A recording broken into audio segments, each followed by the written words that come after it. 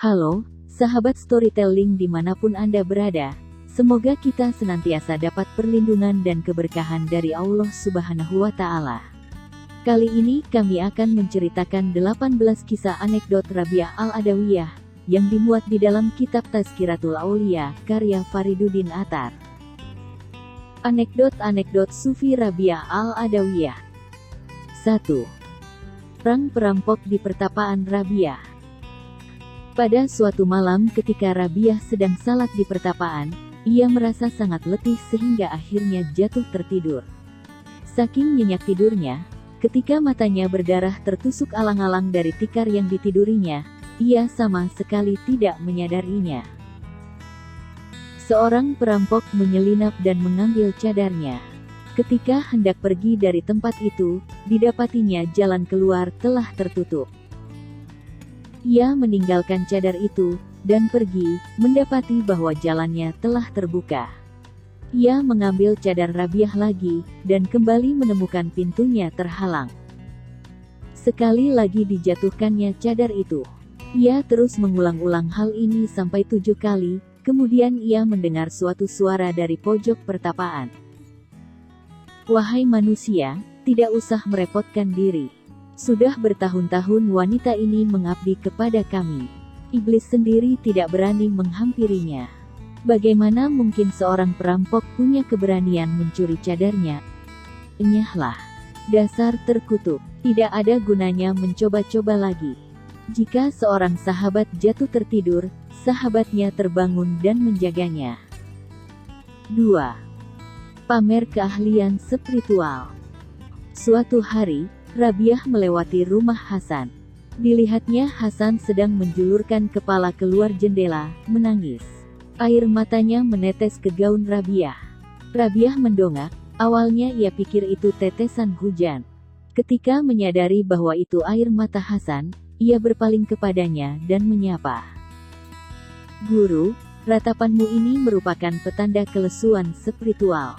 Tahanlah air matamu, supaya bergelora sejenis laut yang akan menenggelamkan hatimu, dan hanya Raja yang Maha Kuasa yang ada di dalamnya." Ucapan ini membuat Hasan gusar, tetapi ia tetap menahan diri.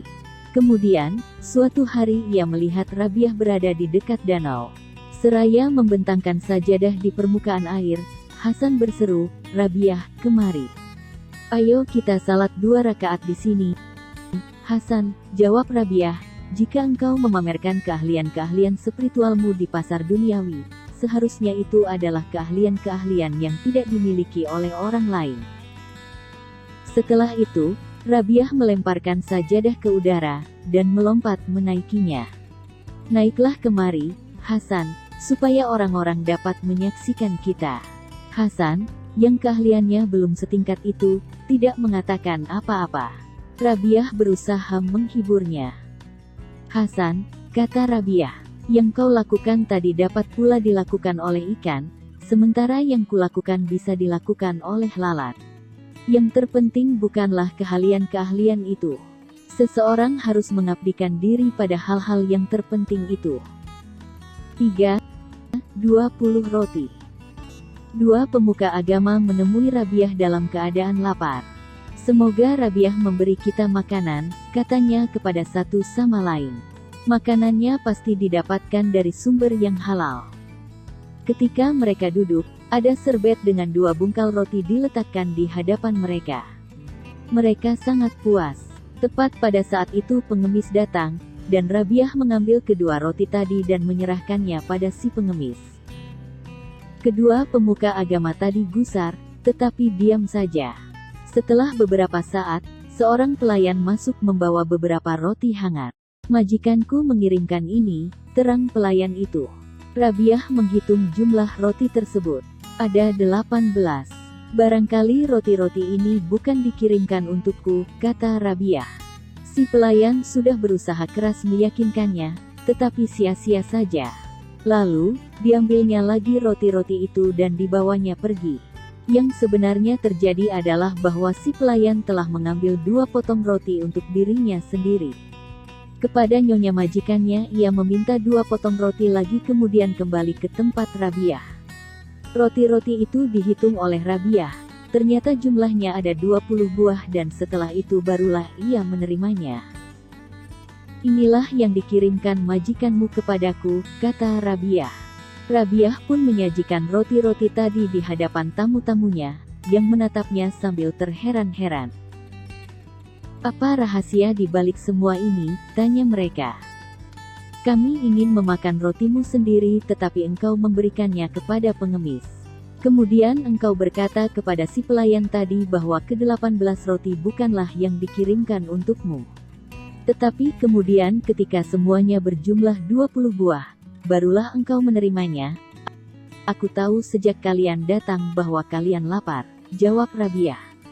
Aku berkata dalam hati, bagaimana mungkin aku hanya menyuguhkan 2 roti kepada orang terhormat seperti kalian?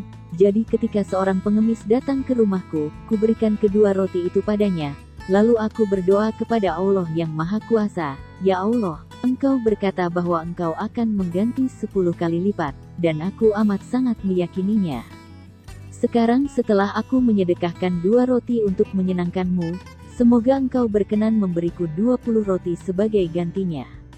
Ketika ke-18 roti tadi diantarkan kepadaku, aku tahu bahwa sebagian darinya telah dicuri atau roti-roti itu bukan untuk dikirimkan kepadaku. 4. Bawang dari burung. Suatu hari pelayan perempuan Rabiah hendak memasak sup bawang, karena sudah beberapa hari itu mereka tidak memasak.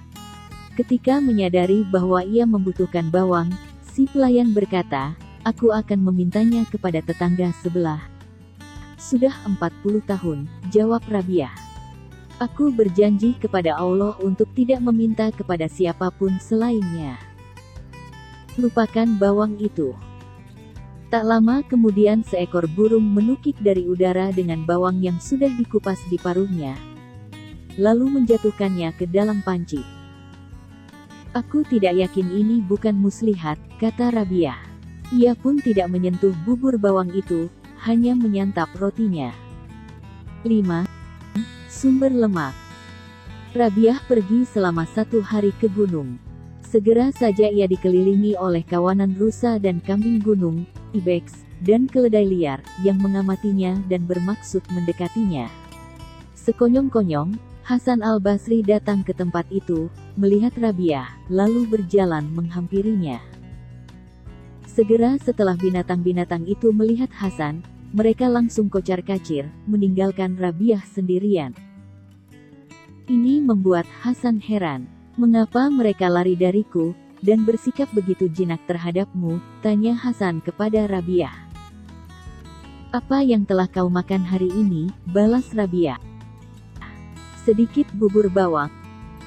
Kau menyantap sumber lemak mereka, timpal Rabiah. Sudah barang tentu mereka melarikan diri darimu. 6. Jari yang bersinar. Suatu malam, Hasan beserta 2-3 orang temannya datang mengunjungi Rabiah. Rabiah tidak memiliki lentera.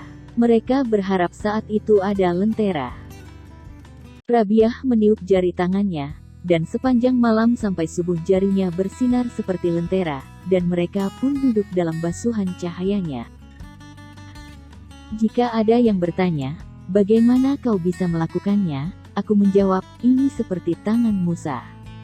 Jika ia menyanggah, tapi Musa seorang nabi, aku akan menjawab, siapapun yang mengikuti langkah nabi akan mendapat secercah kenabian, seperti yang dikatakan sang nabi, barang siapa yang menolak harta benda yang tidak diperoleh secara halal, sesungguhnya ia telah mencapai suatu tingkat kenabian. Nabi juga pernah berkata, sebuah mimpi sejati adalah 1/40 dari kenabian.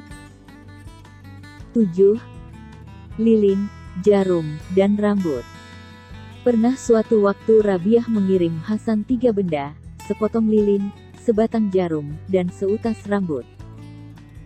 Jadilah seperti lilin, kata Rabiah, menerangi dunia, walaupun dirimu sendiri yang menjadi bahan bakarnya. Jadilah seperti jarum, selalu bekerja meski tak memiliki apa-apa. Bila kau melakukan 2 hal ini, maka bagimu 1000 tahun hanyalah seperti seutas rambut. Apakah engkau ingin kita menikah? Tanya Hasan kepada Rabiah. Ikatan pernikahan hanyalah berlaku bagi mereka yang memiliki kedirian, jawab Rabiah.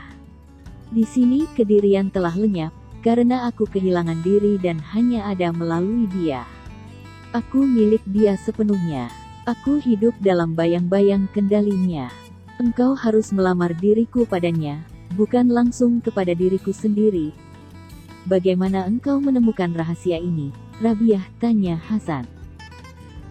Aku kehilangan semua hal yang kutemukan di dalam dirinya, jawab Rabiah. Bagaimana engkau mengenalnya? Tanya Hasan lagi. Kau tahu cara bertanya, bagaimana? Aku tahu cara tidak mempertanyakannya, kata Rabiah. 10. Pisau. Sebuah rombongan mengunjunginya, dan melihat Rabiah mengoyak sekerat daging dengan gigi. Tidakkah kau punya pisau untuk memotong daging itu? Tanya mereka. Aku tidak pernah menyimpan pisau di rumahku karena takut tersayat, jawabnya. 11. Pengabdian dan kesenangan duniawi. Rabiah berpuasa seminggu penuh, tidak makan dan tidak juga tidur.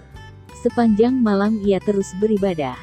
Rasa laparnya melewati batas yang tak tertahan lagi. Seseorang mengunjungi rumahnya dan membawakan semangkuk makanan. Rabiah menerimanya, lalu pergi mengambil lampu. Ia kembali untuk mendapati bahwa seekor kucing telah menumpahkan isi mangkuk tadi. Aku akan mengambil sekendi air, dan berbuka puasa, katanya. Pada saat ia kembali membawa kendi itu lampunya padam. Ia bermaksud minum dalam kegelapan, tetapi kendinya terlepas dari tangannya dan pecah. Ia meratap dan mengeluh sedemikian menyayat hati sebagian rumahnya terlalap api. Ya Allah, ratapnya, apakah yang telah engkau perbuat pada hamba-Mu yang tak berdaya ini? Berhati-hatilah, terdengar suara di telinganya, janganlah engkau mengharapkanku menganugerahkan semua kenikmatan duniawi, tetapi menghapuskan pengabdian terhadapku dari hatimu. Pengabdian kepadaku dan kesenangan duniawi tidak pernah dapat ditempatkan bersama-sama dalam satu hati. Rabiah, engkau menginginkan satu hal, sementara aku menginginkan hal lain, keinginanku dan keinginanmu tidak pernah dipersatukan dalam satu hati. Ketika mendengar teguran ini, Rabiah mengisahkan, aku melepas hatiku dari dunia dan membatasi keinginan-keinginanku, sehingga setiap kali aku salat selama 30 tahun terakhir ini, aku melakukannya dengan anggapan itu adalah salat terakhirku.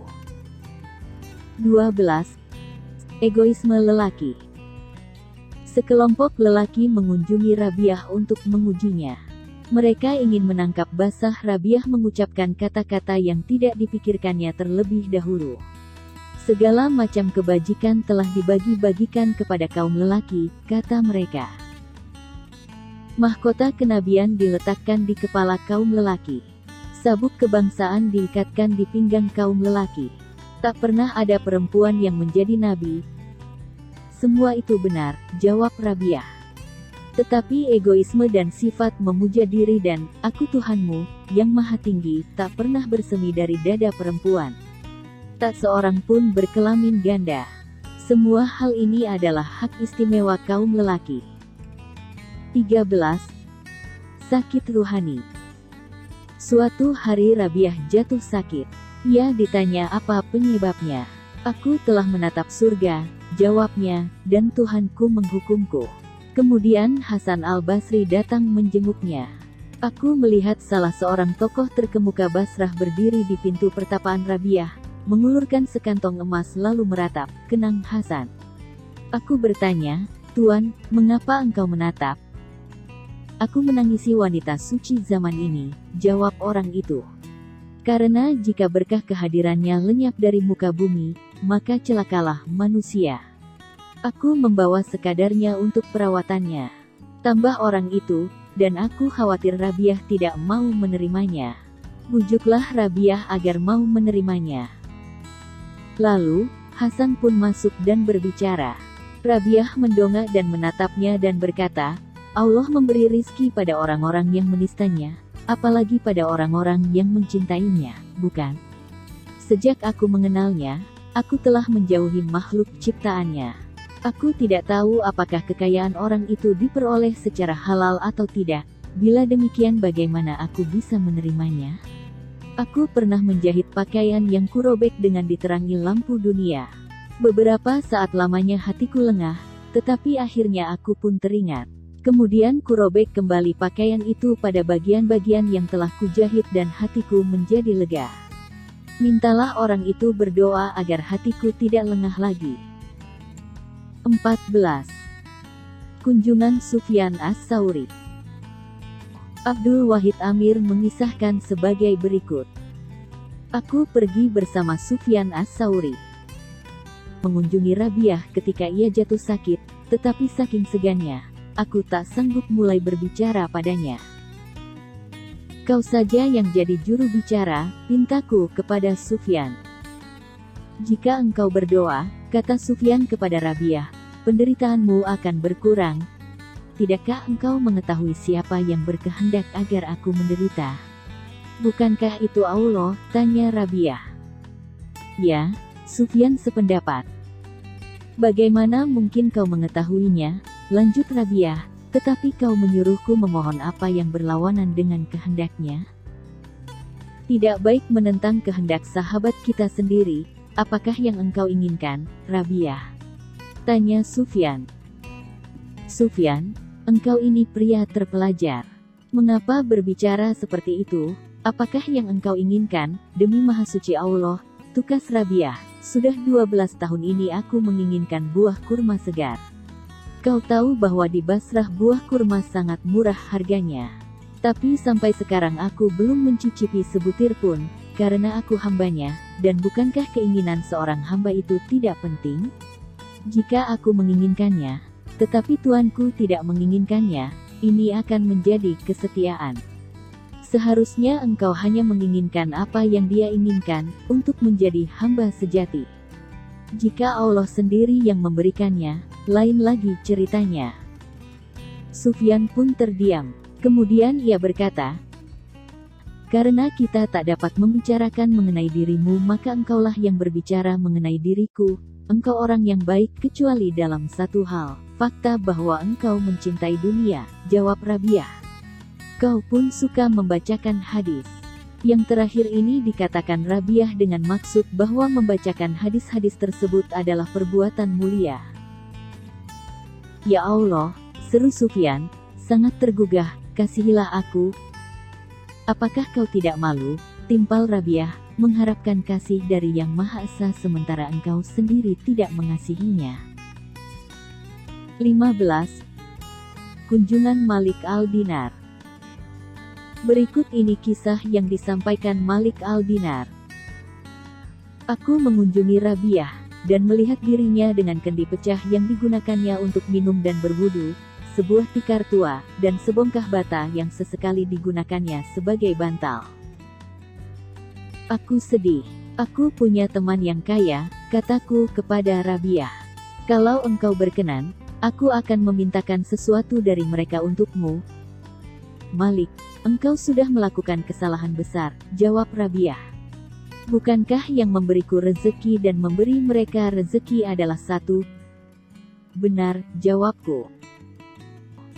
Dan apakah Sang Maha Pemberi melupakan orang-orang miskin karena kemiskinan mereka? Dan apakah Dia mengingat orang-orang kaya itu karena kekayaan mereka? Tanya Rabi'ah. Tidak, jawabku. Kalau begitu, lanjut Rabi'ah, berhubung dia mengetahui kondisiku, bagaimana aku harus mengingatkannya? Ini adalah kehendaknya, dan aku juga menghendaki apa yang dikehendakinya. 16. Hasan al-Basri, Malik al-Dinar, Syakik al-Bahli, dan Rabi'ah. Suatu hari Hasan al-Basri, Malik al-Dinar, Syakik al-Bahli pergi mengunjungi Rabi'ah yang sedang sakit. Seorang manusia tidak jujur dengan pernikahannya. Hasan memulai, jika tidak tabah menanggung cambukan Tuhannya, kata-kata ini berbau egoisme, komentar Rabi'ah. Seorang manusia tidak jujur dengan pernyataannya. Syakik mencoba, jika tidak mensyukuri cambukan Tuhannya, Kita butuh lebih baik dari itu, ujar Rabiah. Seorang manusia tidak jujur dengan pernyataannya, sanggah Malik Al-Dinar. Jika tidak berbahagia menerima cambukan Tuhannya, kita butuh yang lebih baik dari itu, ulang Rabiah. Jika demikian, engkaulah yang mengatakannya kepada kami, desak mereka. Seorang manusia tidak jujur dengan pernyataannya, umum Rabiah, jika tidak melupakan cambukan itu ketika merenungkannya. 17. Kunjungan cendekiawan terkemuka. Seorang cendekiawan terkemuka di kota Basrah mengunjungi Rabiah yang sedang terbaring sakit. Saat duduk di sampingnya, orang itu memaki dunia. Engkau sangat mencintai dunia, ujar Rabiah. Jika engkau tidak mencintai dunia, engkau tidak akan sering-sering menyebutnya. Seorang pembelilah yang selalu merendahkan barang-barang yang dibelinya. Jika engkau tidak memiliki kepentingan lagi di dunia ini, kau tidak akan memuji atau menjelekkannya. Sebagai gantinya, kau terus menyebut-nyebutnya seperti kata pepatah, siapapun yang mencintai sesuatu, ia sering menyebutnya. 18. Para pemuda, Munkar dan Nakir, disuruh kembali. Ketika tiba waktunya Rabiah menjelang ajal, orang-orang yang mendampinginya semasa sakit meninggalkan ruangan dan menutup pintu. Kemudian terdengar sebuah suara yang berkata, "Wahai jiwa yang damai, kembalilah kepada Tuhanmu dengan berbahagia." Beberapa waktu pun berlalu dan tak terdengar suara lagi dari dalam kamar. Mereka membuka pintu dan mendapati Rabiah telah tiada. Setelah kematiannya, Rabiah terlihat di dalam sebuah mimpi. Rabiah ditanyai, "Bagaimana engkau menghadapi Munkar dan Nakir?" Rabiah menjawab, "Para pemuda itu datang padaku dan berkata, 'Siapa tuahmu?' Aku menjawab, 'Kembalilah dan sampaikan pada Allah. Di antara beribu-ribu makhluk yang ada janganlah engkau melupakan satu wanita lemah ini. Ya Allah, aku yang hanya memilikimu di seluruh dunia ini tidak akan pernah melupakanmu, tetapi mengapa engkau mengirimkan utusanmu untuk menanyakan kepadaku, siapakah Tuhanmu?'